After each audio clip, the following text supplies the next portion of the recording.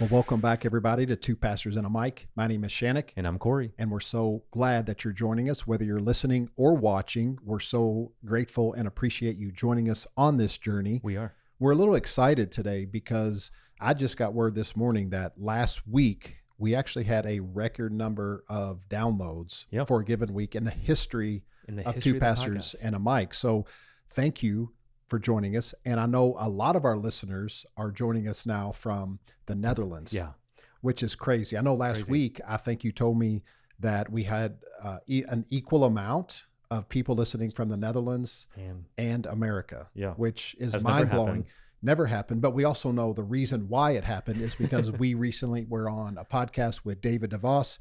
We had a great time and enjoyed that. And so maybe you're here because you saw that episode and you want to learn a little bit more about us, or maybe you're here because you really liked what we had to say, or we even want to say welcome to or- those of you who disagreed or did not like us, and so you're very skeptical and you're trying to figure out What we're about. other things that you can rebuttal that we're saying. But wherever you're at, we do believe that we're all in this together. We're on a journey, and thank you for just joining us Yeah. in that journey. Well, we did mention last week that there was a lot of negativity from that podcast. Well, Mhm. there's even more negativity now. We had our first ever response video in disagreement, which that happens sometimes. I do not think now, I couldn't watch it totally because it was in Dutch, but I did watch the first 10 minutes in translation. Then I just was like, whatever, because the guy was taking different portions of the clip totally out of context and rebuttaling things. Now, I am all for disagreement and not saying you have to believe everything like us. I Yeah. do not like the accusations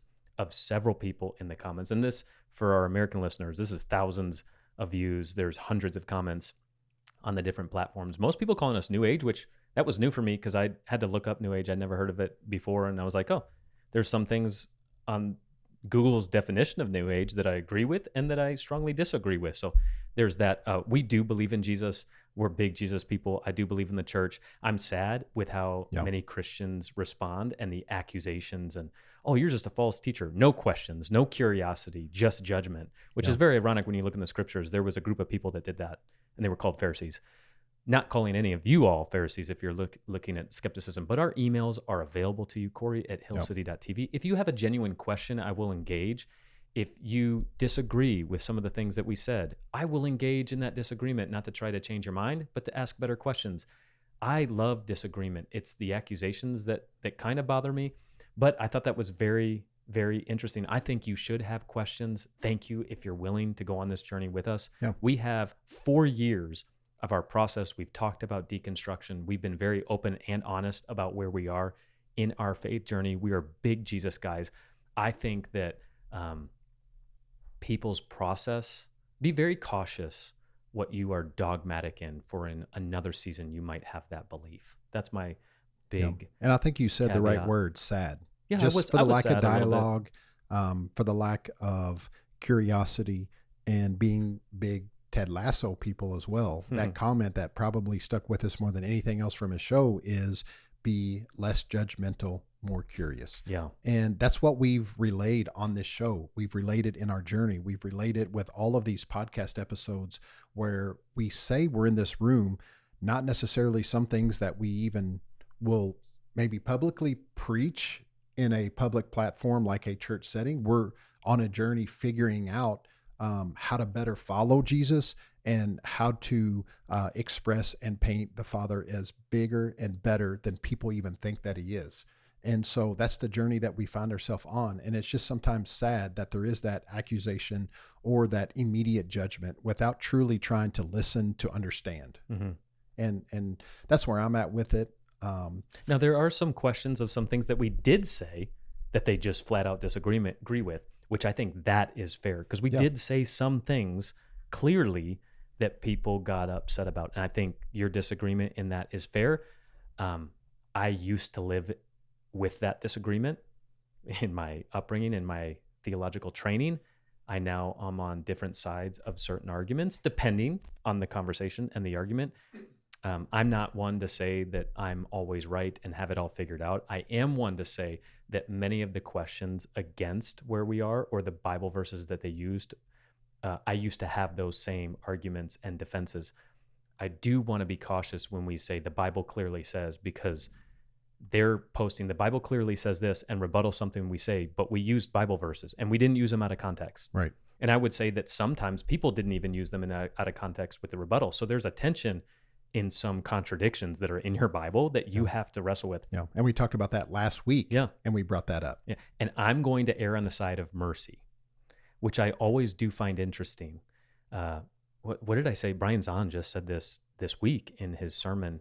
He said, if you were on the he said, to be on the wrong side of mercy is to be on the wrong side of God. Yeah. And I love that quote.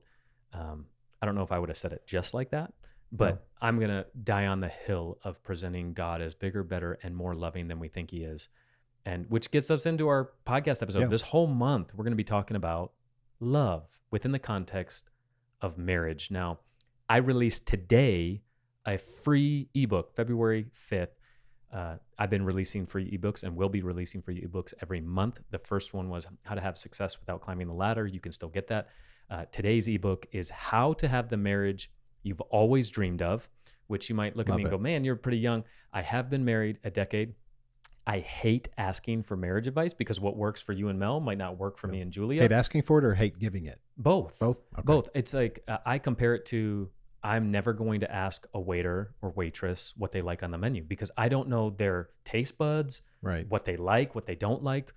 It's such an interesting. Now I would say, okay, what do you recommend and why? But even that recommendation is we have different. Based on, how do I know that our taste buds align? You know, likes and or dislikes. Flavors and likes. Yeah, right. And textures and all that stuff. There's a lot of nuance to this conversation of marriage. However, the ebook is less about telling you what to do, which I don't think you should listen to anybody who tells you what to do. The goal is to focus more on Jesus within your marriage. And there are some principles that universally work. Now, you would apply them differently than I would apply them.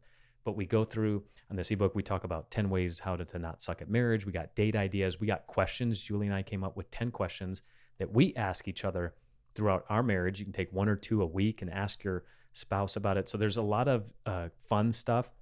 But in the ebook, in the beginning, you actually helped me write a portion of this because we actually did a marriage series in our church like maybe 8-10 years ago. Remember when you came out on stage and did the whole cooking thing with ingredients, you and Mel? And you all preached from a bed? Julie and I preached from a bed. Oh my gosh. There was a bed on stage. What did Reggie and Hannah preach from? I can't remember. I'm not sure. Reggie, text us. What do you Let do? us know. Anyways, we've had fun around the marriage context. So I know in U.S. culture, February is the love month. We got Valentine's Day. And so we decided to, let's just talk about love because talk about the expectations and language. Yeah, I think one of the big things that we're going to focus on, especially this, not on the first episode, but then throughout this series, is on expectation. Because, I think you actually brought this up to me, though. You talked about the Forbes list, who like listed all of the reasons why people get divorced, and they listed their top 2 reasons as finances and sex. Those are the 2 areas of why people get divorced. But what we talked about are more like symptoms of a deeper problem, deeper root that we have to focus on. And that is of this idea of expectation, because it's the expectation we carry around of what our finances are going to look like or who's providing or contributing to what. It's the expectation around sex and what it looks like and the frequency and all of those questions around the expectation. When those are unmet, it leads to disappointment, and that's the trigger that leads to separation, argument, fight, disappointment, and then ultimately divorce. Yeah, it's this expectation piece. And so in how I prefaced the ebook, and if you're single and want to get married someday, it's an ebook for you too. The intro is all about some of the things. Something I learned when I was dating is like it's less about finding the right person, more about becoming the right person. Mm-hmm. And that's not a theological statement. That's a statement around some disciplines, talking, communication. Those lack of communication around our expectations, around finances and sex are big. Another one is we as Americans have certain language that we talk about when we talk about marriages. Specifically how guys talk about their marriage when there's no ladies around. And I confront that. I also talk about some of the myths around marriage. The language is a big one for me because we say some things about Yeah. our spouses. I'm not going to Like- give it away. Go. Oh, you don't want me to give anything No. away? Well, what were you going to say? I was just going to guess. Like, Because you haven't read it yet, have you? I haven't read it. Yeah. I was going to say things like how we call our spouse, the old ball and chain. Yep, that's one of them. I think I used 3, and so go look at that. You'll see why. I will tell the other. I'll tell you one more it's of the okay. 3. Okay. It's just I hate it when people introduce or talk about Oh, I know their what you're gonna spouse say. as the better half or hold on, Yeah, my better half. better half or other half. I hate it. It's a big trigger for me. Because you're not in the counseling world. We teach people you are whole. You are made whole in Christ. You are a complete person. You do not need a spouse to make you complete. Christ made you complete. So Right. it's not 2 halves coming together to make a whole. It's 2 wholes coming together and thriving. And so the language that you use to describe your spouse matters, because you speak things into existence about your marriage. And so I challenge those ideas. And so you actually helped me come up with, around expectations of sex and finances, there are 4 knowings. And so we're going to take one knowing each week for the next 4 weeks. And it was really inspired by our series that we did a couple of years ago, just around 1 Corinthians chapter 13. 1 Corinthians chapter 13 is the love chapter. It tells us a lot of what love is not. Right. But there's only 2 things that it tells us that love is. Love is Patient and kind. patient and kind. And I think all of our marriages, regardless of the season, would begin to get better or continue to thrive if we were more patient and kind. That's it. That's the only challenges we're going to have over the next 4 weeks, is challenging you to be patient and kind with your spouse. And so how, practically speaking, how do you get more patient or kind with your spouse? Well, I believe that there's 4 things you have to know. And the first one we're going to discuss today. Yeah, the first one of the things that you need to know as we talk about being patient and kind is the 5 love languages. 5 love languages. Which you actually came to me, I think it was last week, and talking about marriage with a couple, and they had never heard of the it. 5 love languages, which shocked you, and it kind of shocked me as Yeah. well. But I don't know if it should have, because the 5 love languages, it was a program, started out as a book written by Dr. Gary Chapman. I'm not positive. I didn't look up the year. I want to say it was really, really You keep talking. I'm gonna look it up. active in the 90s. It seems So right. I would say early 90s, but through the early 90s and even in the early 2000s, so for around a 15 to 20 year period, the 5 love languages, it was all over the church world. Churches were having marriage seminars over it and about it. Guess the year it was published. I was going to say 1992. Oh my gosh, that's right on. Is it really? 1992. I swear I did not look that up. I Well, just knew it obviously you came didn't out. look it I've been up in the 'cause I church just- world. yeah. So I know around the time frame Man. in my mind when it came out. So then you must be an expert on this topic. Tell us all about how you and Mel are incredible at the love languages. No, we're not I said incredible at the love languages. We know each other's love languages, but it's another thing also to know. These are things you need to know and actually put into practice and implement. Yeah. 2 completely different things. Yeah. So let's talk about the first one of knowing. Yeah. No. Can you name them off the top of your head? What are the 5 love languages? Yeah, the 5 love languages are physical touch, acts of service, gifts, quality time, and words of affirmation. Words of affirmation. And so these are really. So let's talk about what it is. Yeah. What do you mean? What it is? Like, we didn't set the context because there might be people that don't know what the 5 love languages are. So the 5 love languages are, and you take this test, and not saying that you don't need, all of us need all 5. But when you take the test, that reveals what your top 2 is. You have a primary and a secondary. Obviously, you would like the other 3. But when the top 2 are not being met in a healthy way, it causes friction and frustration and disappointment, which then often is the cause of other things, because you sweep those under the rug because you don't know. If you don't have the verbiage or the language for it, you're not going to know what you're feeling. Or maybe you do know what you're feeling, but you don't know how to communicate with your spouse. And so you sweep these emotions under the rug, and then they come out when you're in a heated argument. And so the issue is rarely even the argument that you're having. The issue is built up tension and disappointment that you had because your love language hasn't been met for the last week or 2 or months or years. And so it's really important to know your love language and then to know your spouse's love language. And what I found statistically in the people that I do marriage counseling with, and even in my own marriage, is like Julia's top one is one of my bottom, is my bottom five, Yep. and vice versa. And so you really have to know your spouse's love language, because my top love language is words of affirmation. So guess what I do to Julia all the time? I'm affirming her. I'm giving her words of affirmation. I'm telling her how much I love her. Yeah. And that's because that's what I actually want. That's how but that's not how she receives love. So for me to keep doing that, be like, I told you I loved you 6 times today, when that's really what I needed. And she's not giving me that. So now we're both frustrated because I'm not even meeting hers, because hers is acts of service. So even I've gotten around friends, and I serve my wife coffee almost every day in bed.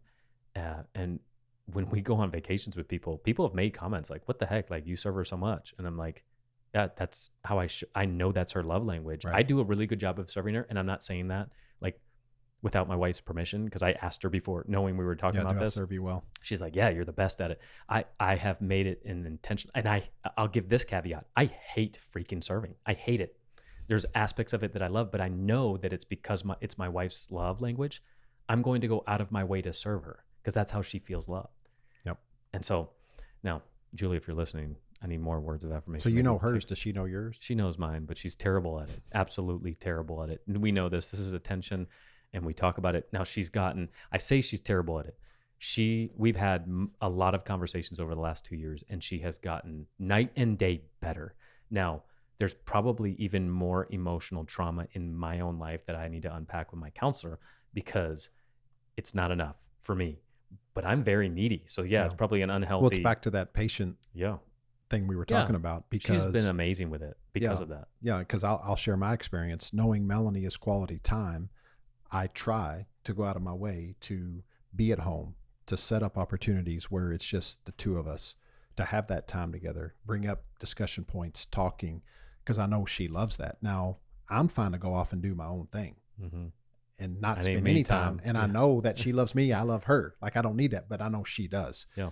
And then the same thing, I'm words of affirmation, and then physical touch is my second. But I need those words. Touch me again. And I, like you, I affirm her all day long, but that's what I need in return. But I've also learned to ask for what I need, like in all of the counseling stuff. That's the hugest part, I think, of us growing and maturing, is 1, realizing what we need, and then 2, being willing to ask for it.